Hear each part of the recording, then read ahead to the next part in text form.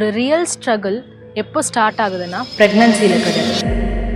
ஒரு லேடி குழந்தை பெற்றுட்டாங்க அப்படின்னாலே எல்லாரும் கங்க்ராச்சுலேஷன்ஸ்னு சொல்லுவாங்க. ஆனால் உண்மையாலும் அந்த லேடி என்ன கோ த்ரூ பண்ணுவாங்கன்னு தெரியுமா? த ரியல் ஸ்ட்ரகிளுங்கிறது ப்ரெக்னன்சிக்கு அப்புறம் ஒரு பீரியட் இருக்குது, அதுதான் போஸ்ட்மார்ட்டம் பீரியட். இது டே 1லேருந்து டே 42 வரைக்கும் இருக்கும். இந்த பீரியடில் ஒரு விமனுக்கு என்னென்னலாம் ப்ராப்ளம் வரும்னு தெரியுமா? The first problem postmortem blues அப்படின்னு சொல்லுவோம். இது ஒரு 10லேருந்து 8 பெண்களுக்கு வரதுக்கான வாய்ப்பு இருக்குது. ஃபஸ்ட்டு 2 வீக்ஸ் வரைக்கும் இருக்கும். இந்த பீரியடில் அதிகமாக ஓவர் திங்க் பண்ணுவாங்க, சின்ன சின்ன விஷயத்துக்கும் அதிகமாக அழுகுவாங்க. பட் இது ஒரு 2 வீக்ஸில் சரியாயிடும். பட் இதுக்கு அடுத்த ஒரு ஸ்டேஜ் இருக்குது, அதுதான் போஸ்ட்மார்ட்டம் டிப்ரெஷன் அப்படின்னு சொல்லுவாங்க.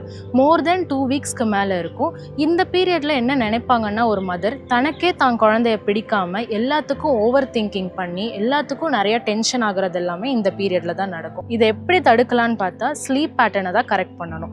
ஏன்னா கண்டிப்பா ஒரு நியூலி மாம் என்ன சொல்லுவாங்க அப்படின்னா, எப்போ குழந்தை தூங்குதுன்னே எனக்கு தெரியல, எப்போ எழுந்திருக்குதுன்னு தெரியல. ஆனா ஒரு விஷயம், குழந்தை தூங்கும் போது நீங்களும் நல்லா தூங்கிக்கோங்க. எதையுமே உங்களுக்குள்ளேயே வச்சுக்காதீங்க. எதுனாலும் பக்கத்துல உங்க ஹஸ்பண்ட் கிட்ட, ஃப்ரெண்ட் சர்க்கிள்கிட்ட, ஃபேமிலி கிட்ட ஷேர் பண்ணுங்க.